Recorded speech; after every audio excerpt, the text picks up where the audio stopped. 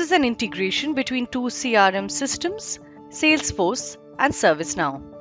The support engineer starts by creating an incident in ServiceNow, adds a short and long description and submits it. This incident will synchronize to Salesforce as a case. In Salesforce, let's refresh the page to see if the sync is successful. The incident created in ServiceNow has synced to Salesforce as a case.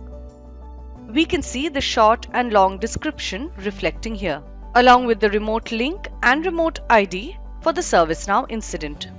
The sales engineer in Salesforce now changes the status of the case from new to working and then also changes the case origin.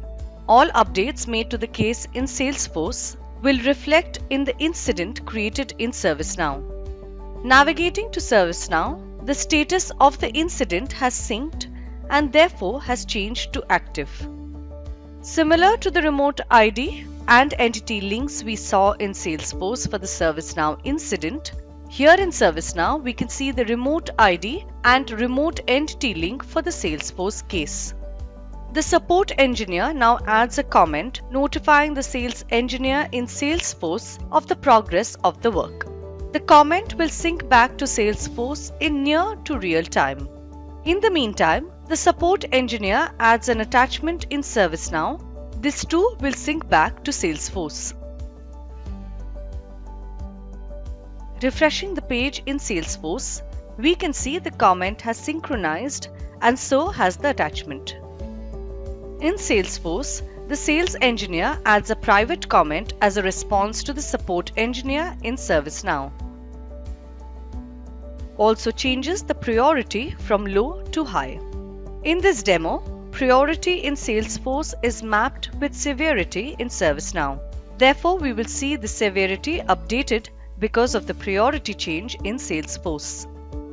Refreshing the page in ServiceNow, we can see the comment has synced and the severity has changed to high. So far, we saw how an incident created in ServiceNow seamlessly synchronizes to Salesforce with all the comments and attachments. Now in Salesforce, the sales engineer creates an enhancement which will also bidirectionally sync back to ServiceNow, gives it a title and description and saves it. The enhancement request is created in Salesforce. Now let's check in ServiceNow if the same enhancement has synchronized.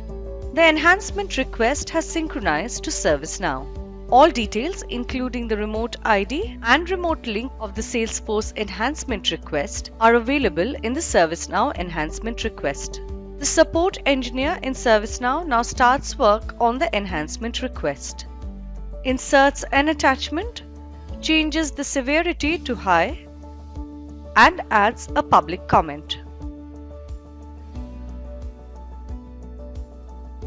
Navigating to Salesforce, the remote ID and remote link for the ServiceNow enhancement request are visible here.